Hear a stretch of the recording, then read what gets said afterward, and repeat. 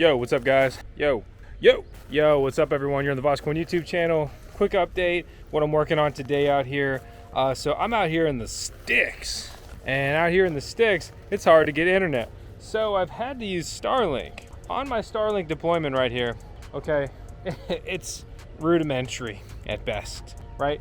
But it has been functional. It has not been great. To be honest, I think for the price, it kind of sucks in a way, but it's much better than nothing. But I'm at fault partially for not an ideal deployment.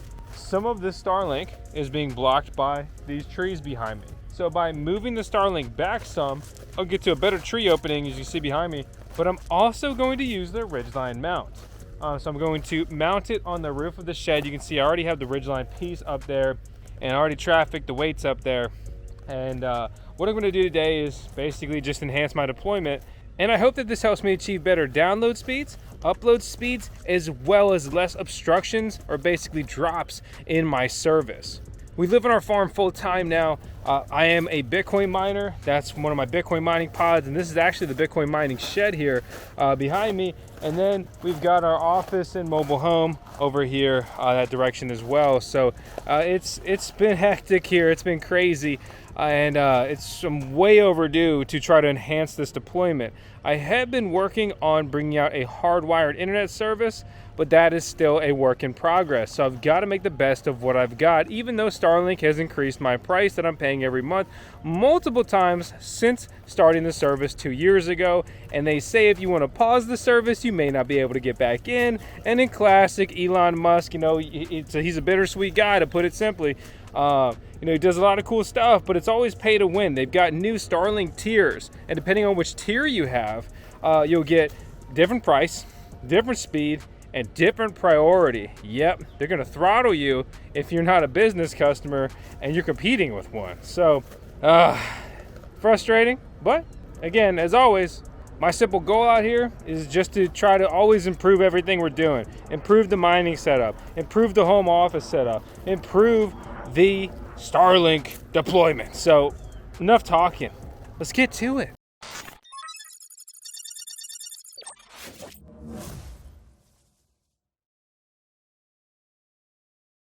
The whole process is pretty easy, except I did have one of the bricks almost fall off the freaking roof, and I didn't really set up the ladder in the best way, and a 6-foot ladder isn't really the best way to be going about this, but that's the ladder I have, so that's how I'm gonna get up here. So I've got the actual dish set up here, and I mean, God, it looks so cool when you fire it up, because you know, you put it in the stow mode, right? And then you bring it over here, and then you click stow or unstow, and it goes, and I'm like, are we finally Transformers? Let's go. Acting like a little freaking kid up here, but I mean, this mount, ridiculously priced for what it is. It's nice. It's clearly like engineered, which is cool, but you pay that engineered premium.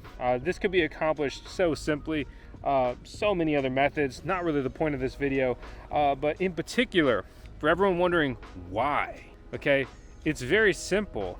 I've got very expensive gear in this building. So why would I ever want to compromise the integrity of the roof if I don't have to? I know I could dump a pound of the black gasket sealer, you know, roof tar stuff that you can get at every Home Depot. And, you know, it'd be fine. I did that with the mining shed, my old mining shed, my original mining shed. Yeah, sure. But again, it just brings it back to why. Why do I want to put holes in something that I don't want water to ever get into? Hey guys, it's Miss Vosk here to tell you about today's video sponsor, Coreum. Coreum offers natively issued tokens wrapped around smart contracts. They claim they are the first EGB, or enterprise graded blockchain. Users can also stake Core on the platform and run their own node. Users then earn rewards for keeping the network decentralized and secure. Something that's cool about this project is that they also use 10% of the total token supply for development grants. They also host workshops for developers to attend and learn more from the team. To learn more about Coreum, check out the link in the video description below. This is not financial advice. Please do your own research before investing. Some people may wonder, this thing could blow off. Yeah, I guess it could. Each of these weighs 13 pounds, these little expensive Starlink bricks. And you know, so that means this is basically weighed down with about 50 pounds and has a pretty good spread here. It's pretty low, and I've tried to pretty much just center it right here. It would actually make more sense probably for me to move it back some, just with where the obstructions are. But if I can put it here, then I'll have less cable outside. Also, I'll be able to see it and appreciate it, you know, from the main area where I'm normally working and stuff like that. And so I'll be honest, it's partially an aesthetic choice, and I'm hoping that it works out. You know, it fires up and it's already back to functioning. I haven't drilled the wire through the wall yet, so there will be a hole, of course, but I'd rather have the hole in the wall where it's much more manageable than the roof, which is a lot harder to deal with. I'm just going to follow it back up with a little bit of silicone and call it a day. It has this little knob you twist here on the side, and has little gears, so you can position this many different ways, because they've made this modular to be able to adjust to many different roof peaks, right? So if you have a really steep roof, it can do that. If you have, you know, basically a flat roof, it can also do that. This thing can completely sprawl out. If for some insane reason your roof is inverted, it could actually still do that for the most part as well.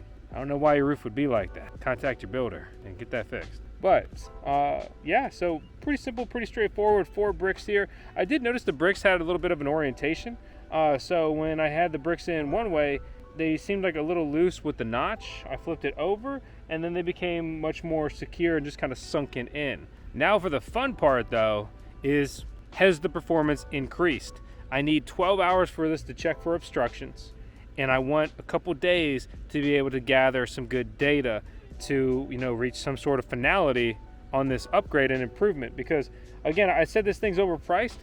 This mount is over $300. Crazy. It didn't even come with a tech to install it. They had to send this freaking freak out here to do it. I had such good balance when I was younger.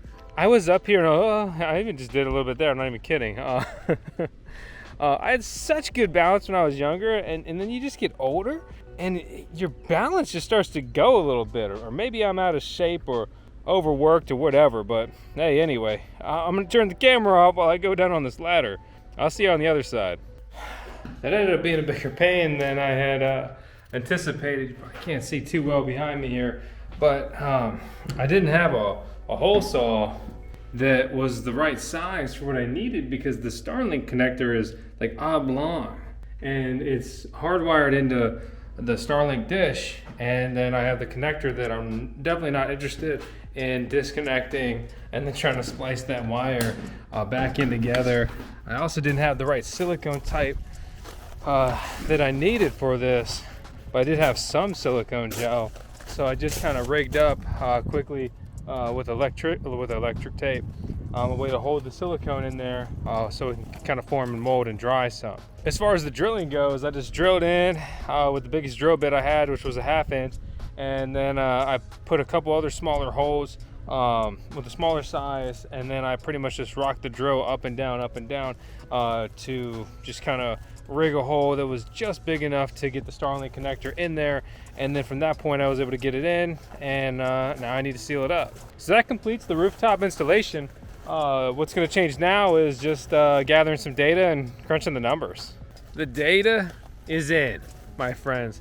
We got several days of additional Starlink data, real world usage. I'm running the VoskCoin YouTube channel off of this thing. I've been using it as the primary network to be uploading videos, and it's great compared to nothing, right? I'm thankful for Starlink. I'm happy to have Starlink as an option, but you know, something like Verizon Fios is just a much better option or alternative if you have the opportunity. But that's not really where Starlink shines. Starlink shines when you put it on your RV and you travel everywhere and you get service, but they charge you a premium for that. But on the other hand, at least they let you do that. I'd rather have the option to do many things and be charged a premium as opposed to something you opt in for, right? As opposed to like, you can't do that. Okay, the download has been better, the upload has been better, but I'm talking marginally. Uploads for a couple gigabyte video are still taking me 50 minutes or so. What I notice in particular is that Starlink seems to always start off strong, but then it's just like I get throttled real bad. and I just don't really get it. When you look at the obstructions right there, you can see that my Starlink does pick up that big tree, and that was more of an issue when it was on the barrel.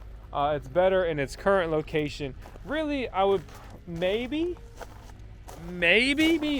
I don't know, with the way that the dish actually faces, I thought that I would be better off to center it on the roof originally, but looking at it now, that's probably the best location, because if I center it, I'm really going to hit a lot of that tree, because it's decided that that's the satellite it wants to communicate with, and that's why it's turned that way, and that's why it does a little rotation thing, or it sounds all cool and it's loading.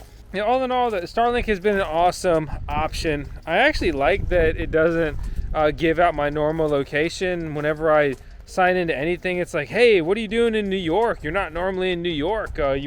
Or it's like you Google, you know, when you go to Chipotle, right? Where's the nearest one? It's like, oh yeah, we got Chipotle on 5th Street, New York, New York. And I'm like, oh, well, that's a couple states away. Regarding the mining performance, Starlink has been great overall. There's not a just massive loss in mining profitability due to this dish. The weather around here has been pretty good overall. Haven't had some like really dense clouds and thunderstorms too often. That has decreased performance when that is taking place.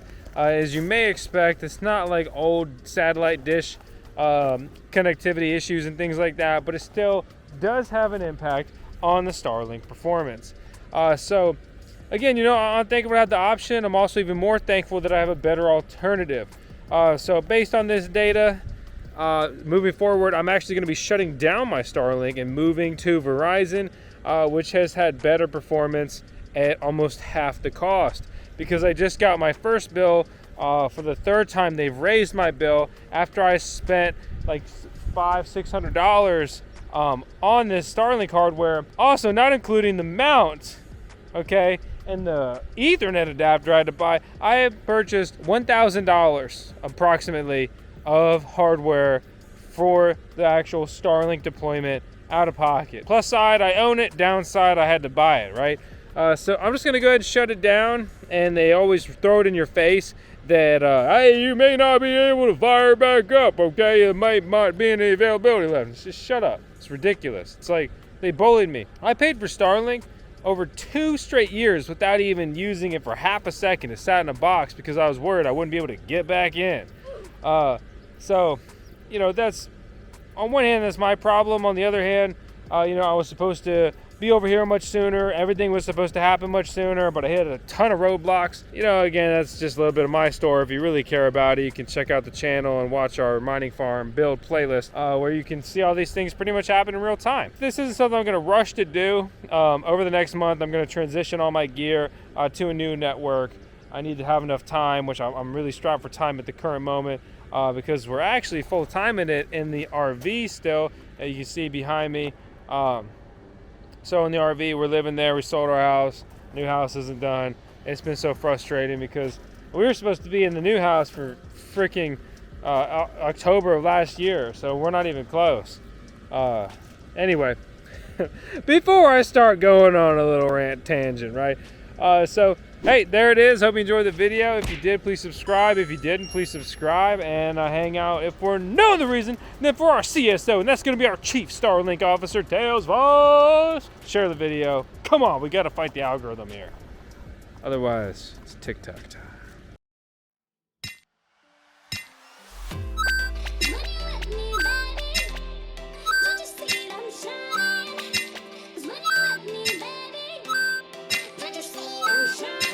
Shine.